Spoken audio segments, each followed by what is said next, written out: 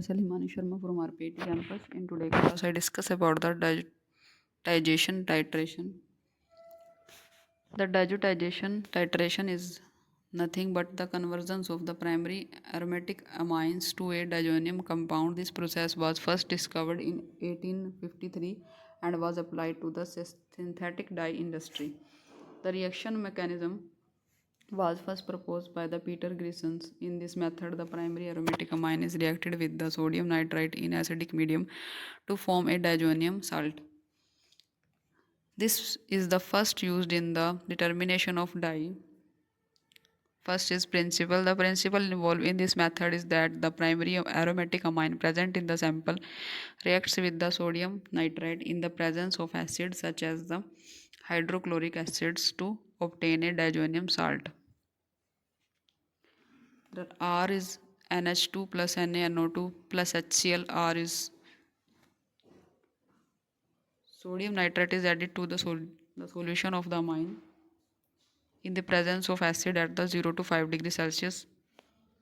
The amine reacts with the nitrous acid to form the nitrosamines, which is followed by the tautomerizations, and the water molecule is the lost to form the diazonium ion.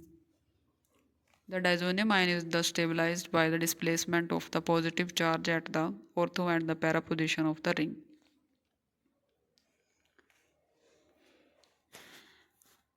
When the sodium nitrite is reacted with the hydrochloric acid, sodium chloride and the nitrous acids are formed, NaNO2 plus HCl, NaCl plus HNO2. The obtained nitrous acid is reacted with the primary aromatic amine to form the diazonium salt. The excess of nitrous acid is removed by the addition of ammonium sulfonate solution.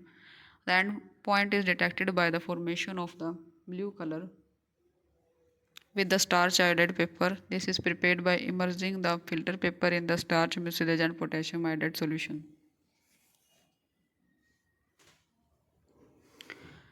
The general procedure is followed by the weighing the sample 2.5 and transferring it into the standard flask 250 ml. Then added the 50 ml of the concentrated HCl and the 5 gram potassium bromide and are added to the rest of the volume is filled with the distilled water. This resulting solution is known as the standard solution.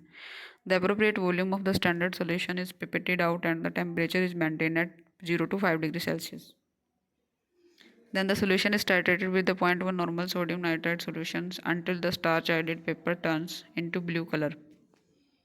Another procedure is the after maintaining the conical and flask temperature, the pair of the platinum electrode is immersed. Then the electrode are connected to the potentiometer and slowly titrated with the sodium nitrate solution until a permanent deflection is observed at the endpoint. In today's class, I discuss about the diazonium salt titration. Thank you for watching.